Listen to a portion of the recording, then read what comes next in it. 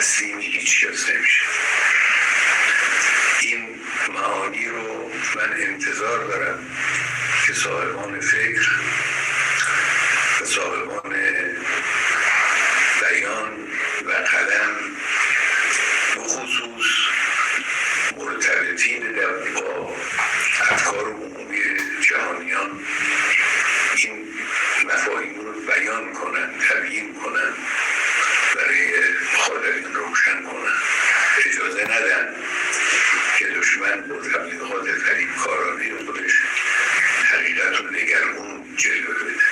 مطلب اولی که مایلم عرض بکنم تمجید از رفتار ملت عزیزمون در این قضیه است که اخیراً دشمنان برای کشور پیش برد. ملت ایران نشان داد که هم متین، هم شجاع، هم وقت شناس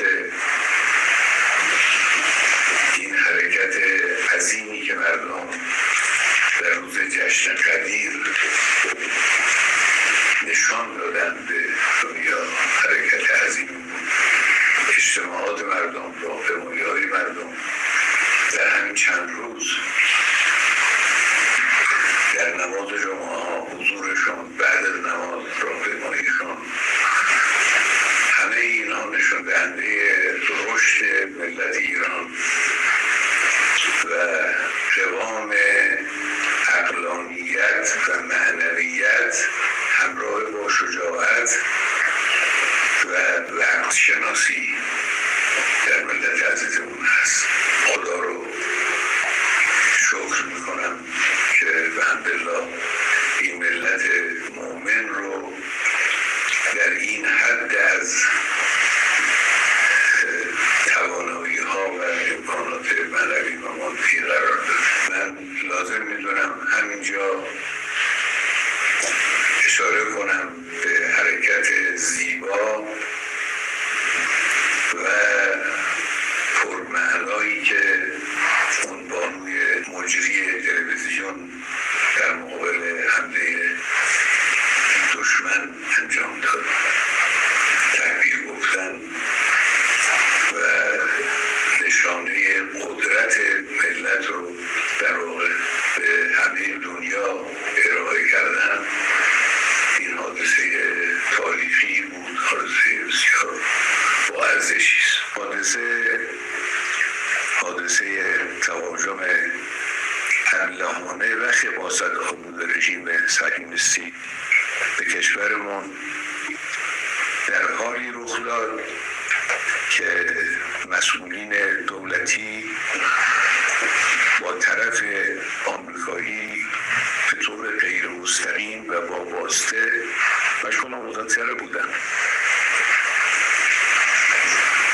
هیچ موضوعی از سوی ایران وجود نداشت که نشانه این باشه که یک حرکت نظامی یا یک حرکت تندی سختی وجود داره. البته از اول حد زده میشد که در این حرکت خباثت آمیز رژیم صهیونیستی آمریکا هم دخالت داره. با این حرفای اخیری که اینا میزنن این هست روز به روز تقویت میشه. دشمن صهیونی یک اشتباه بزرگی کرده، یک جنایت بزرگی رو مرتکب شده و باید مجازات بشه و داره مجازات میشه. همین حالا داره مجازات میشه. مجازاتی که ملت ایران و نیروهای مسلح ما برای این دشمن خبیث انجام دادن و دارن انجام میدن و برای آینده برنامه دارن مجازات سختی است و اون رو دچار ضعف کرده. همینی هم که دوستان آمریکاییش وارد صحنه میشن و حرف میزنن نشانه ضعف و نشانه ناتوانی اوست. آمریکایی ها اونهایی که با سیاست های این منطقه آشنا هستن میدانند که ورود آمریکا در این قضیه 100% به ضرر اوست. اونچه که اون در این زمینه ضربه خواهد خورد به مراتب بیشتر از اونچه که ایران ممکنه صدمه آمریکا و اگر ورود در این میدان بشه، ورود نظامی در این میدان بمانه، صدمه جبران ناپذیر خواهد بود بدون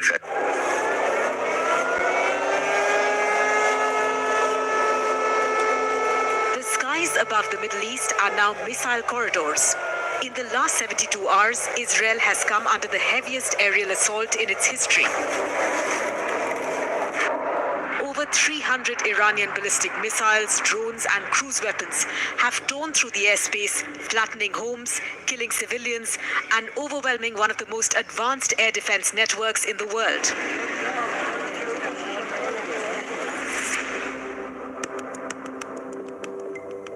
For over a decade, Israel had built what military planners call a multi-layered kill web to stop incoming threats. But this week, the kill web bled.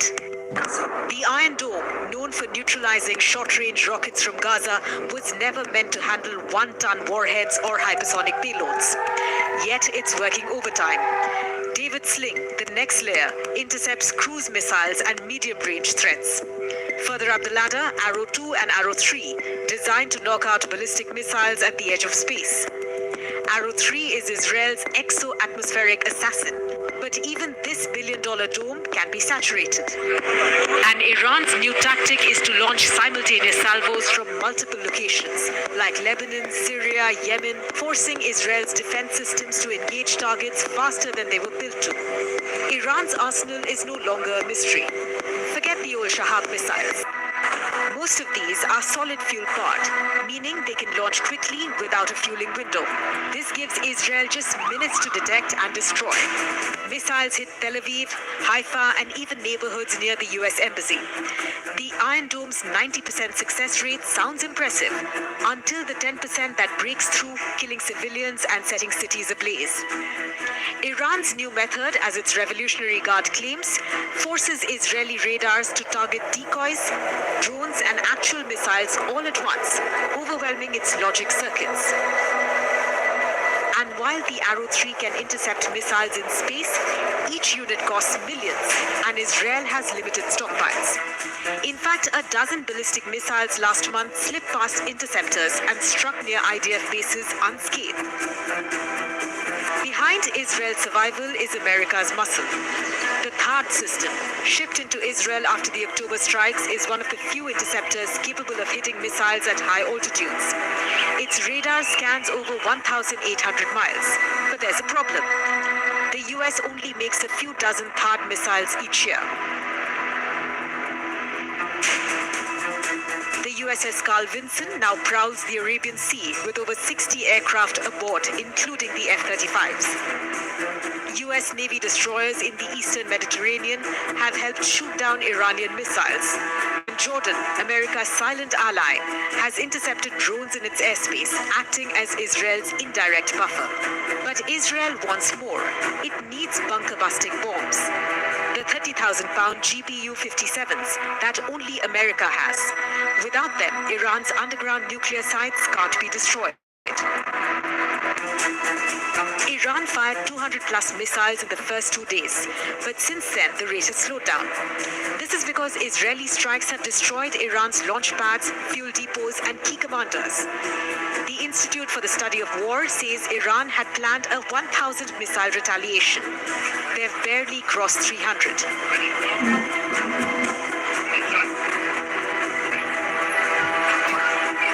Precision Israeli raids have hammered sites in Tabriz, Natanz, and Tehran. Energy facilities, missile silos, and command bunkers gone. Iran's elite forces are in disarray, and its skies are open. But this isn't over. Iran still has heavy payload cruise missiles it hasn't used so far. Israel still hasn't touched certain nuclear bunkers. And the US hasn't yet to greenlight the finishing strike.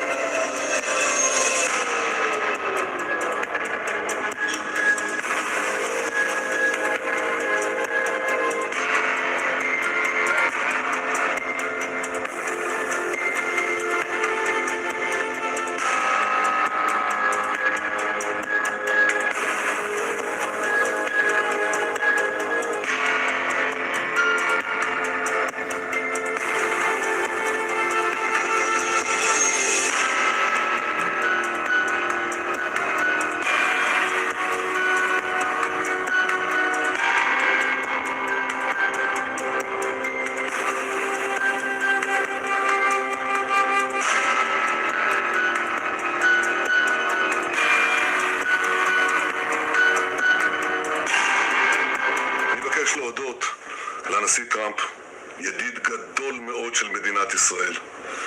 אני מודה לו על ההתייצבות לצידנו, אני מודה לו על התמיכה שארצות הברית מסייעת לנו בהגנה על שמי ישראל.